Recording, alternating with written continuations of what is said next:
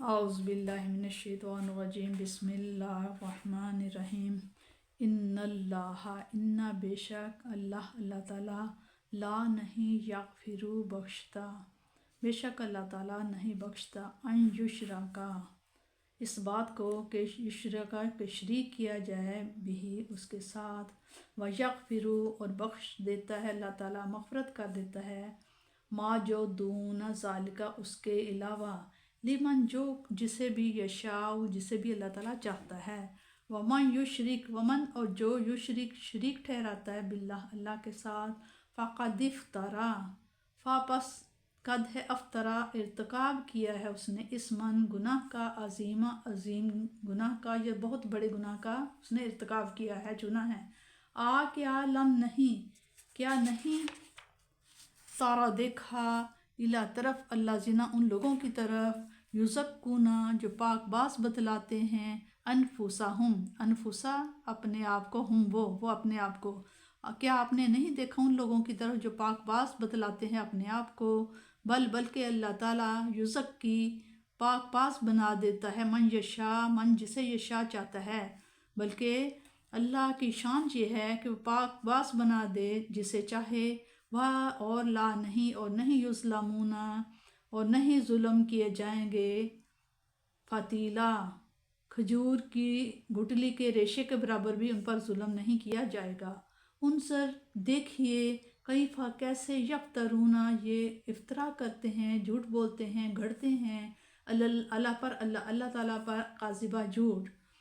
دیکھیے کیسے گھڑتے ہیں اللہ پر جھوٹ، اور کافا اور کافی ہے بھی ان پر اسمن مبینہ یہی کھلا گناہ، اسما گناہ مبینن کھلا، اور کافی ہے انہیں رسوا کرنے کے لیے یہ کھلا گناہ۔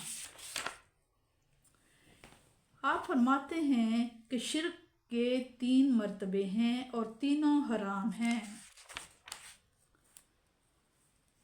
اللہ تعالیٰ کے علاوہ کسی انسان، جن، شجر و حجر کو الہ یقین کرنا یہی شرک اعظم ہے، اور عہد جاہلیت کے مشرکین یہی شرک کیا کرتے تھے۔ جب انہیں یہ بتایا جاتا کہ اللہ تعالیٰ کے سوا اور کوئی خدا نہیں تو تکبر کرتے اور کہتے، کیا اس شاعر دیوانہ کے کہنے پر ہم اپنے خداؤں کو چھوڑ دیں گے؟ کسی کی عبادت میں کسی کو شریک ٹھہرانا، اور دوسرا درجہ یہ ہے کہ کسی کے متعلق یہ اعتقاد رکھا جائے کہ وہ مستقل طور پر اور بذات اللہ تعالیٰ کے بغیر کوئی کام کر سکتا ہے،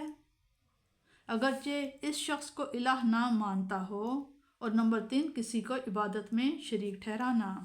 شرک کی حقیقت سمجھ لینے کے بعد اب اس پر غور فرمائیے کہ شرک کیوں ظلم عظیم ہے،